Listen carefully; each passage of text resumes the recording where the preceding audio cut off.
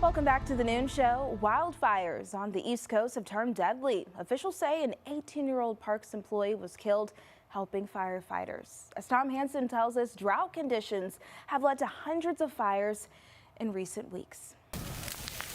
The Jennings Creek fire in New Jersey has scorched 3,000 acres and has threatened dozens of buildings. The scent of smoke and reports the fire is close, prompting some local residents to leave. And my neighbor said he saw some flames like by the side of the road and everything, so it's time to go.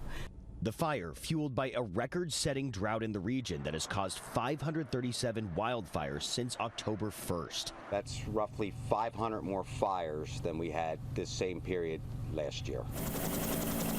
And now those wildfires turning deadly. Dario Vasquez, an 18-year-old New York State Parks employee, was killed by a falling tree while helping to contain part of the Jennings Creek fire. We got the chills, and I just can't believe an 18-year-old kid would risk his life for our houses and everyone here. So honestly, it was devastating.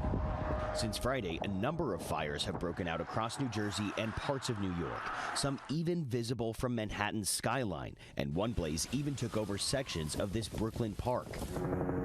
Wildfires also erupted near Reading, Pennsylvania, and just north of Boston, this one in Lynn, Massachusetts, is burning more than 400 acres. Oh, this is so sad.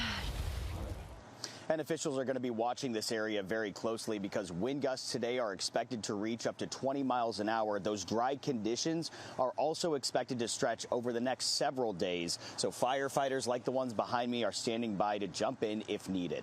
Tom Hansen, CBS News, Hewitt, New Jersey.